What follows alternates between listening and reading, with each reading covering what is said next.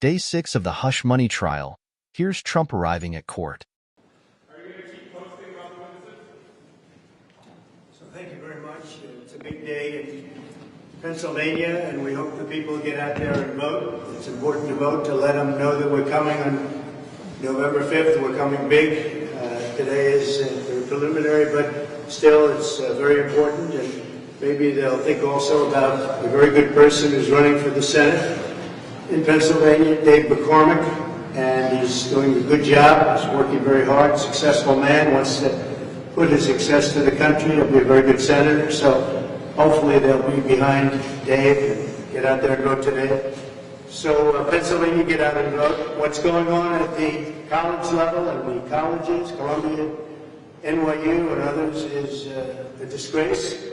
And it's really on Biden. He has the wrong signal. He's got the wrong tone. He's got the wrong words. He doesn't know who he's backing. And it's a mess. And if this were me, he'd be after me. He'd be after me so much, but they're trying to give him a pass. But what's going on is a disgrace to our country. And it's all Biden's fault, and everybody knows it. He's got no message. He's got no compassion. He doesn't know what he's doing. He can't put two sentences together, frankly. He is the worst president in the history of our country.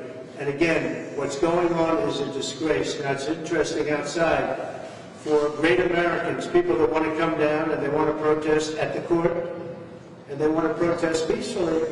We have more police presence here than anyone's ever seen. For blocks, you can't get near this courthouse.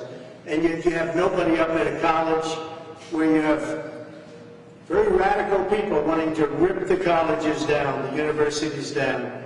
And that's a shame. But it all starts with Joe Biden. The signals he puts out are so bad. And I can tell you, he's no friend of Israel, that's for sure. And he's no friend of the Arab world either. You take a look at what he said. He's no friend of, he doesn't know what to do. He doesn't know what to do. He wants to take like a middle ground, and oftentimes that doesn't work, but it's certainly not working here. But what he's done to Israel is abandon them. And he's trying to be as nice as he can to the other side. Call it the Arab world, but that's not working either because they get him. And he's an incompetent man. Peace will never happen with a guy like this. Thank you very much. How would you work with those protesters in Trump? Do you support school sending in police to arrest students and faculty? And Michael Cohen, when you're back. There were 2 court hearings for Trump today, with the same judge and in the same courtroom. The morning started off with a gag order hearing. Prosecutors claim Donald Trump has violated a gag order 10 times. Justice Merchan and Trump's lawyer Todd Blanche had several tense exchanges during the hearing, with the judge telling Blanche he is losing all credibility. The judge has yet to decide if Trump has violated the gag order. That's something we could learn later tonight or tomorrow. If he rules against Trump, he could be fined $10,000. After the hearing, it was back to the hush money trial. The first witness, David Pecker, continued his testimony. Pecker has been explaining a catch-and-kill scheme he ran while publisher of the tabloid magazine National Enquirer. He says it was an agreement between friends to suppress negative stories about Trump during the 2016 election. In one case, a doorman who claimed Trump fathered a love child with a housekeeper was paid $30,000 to sell his story to the magazine, even though it turned out to be 1,000% untrue, Pecker said, but it kept the potentially damaging story out of the press. The trial will continue on Thursday, as court doesn't sit on Wednesdays. Here's what Trump said when he left court. Well, I think the gag order is totally unconstitutional. Can't even allow articles to be put in. As an example, these are articles that were over the last day and a half. They're very good articles. They say the case is a sham and it shouldn't even be tried. It shouldn't have been submitted.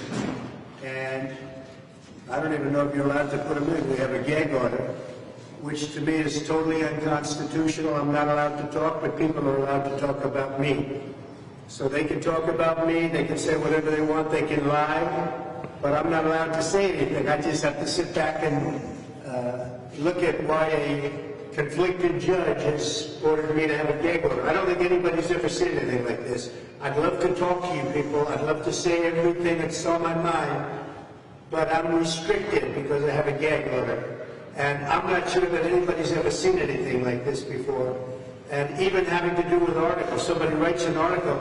If I read every one of these articles incomplete, I read some of it and I'll look at headlines, all good headlines, and the case is a sham. But I can't read the whole thing. I'd be reading, this is like reading a novel. So I put an article in, and then somebody's name is mentioned somewhere deep in the article, and I end up in violation of a gag order. I think it's a disgrace. It's totally unconstitutional. I don't believe it's never, not to this extent, ever happened before. I'm not allowed to defend myself, and yet other people are allowed to say whatever they want about me. Very, very unfair.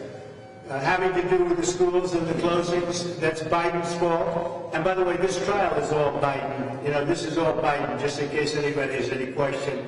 And they're keeping me in a courtroom, it's freezing, by the way, in a courtroom all day long. Well, he's out campaigning. That's probably an advantage because he can't campaign. Nobody knows what he's doing. He can't put two sentences together. But he's out campaigning. He's out campaigning, and I'm here in a courtroom, sitting here,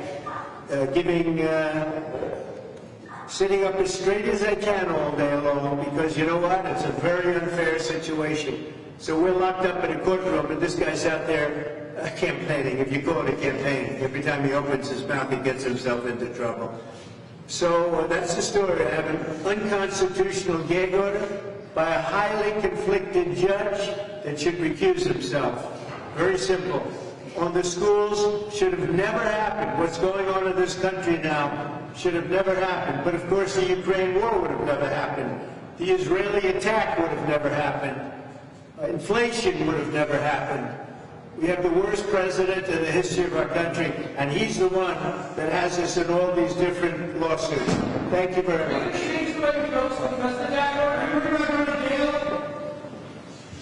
Please subscribe for more updates, and I will see you next time.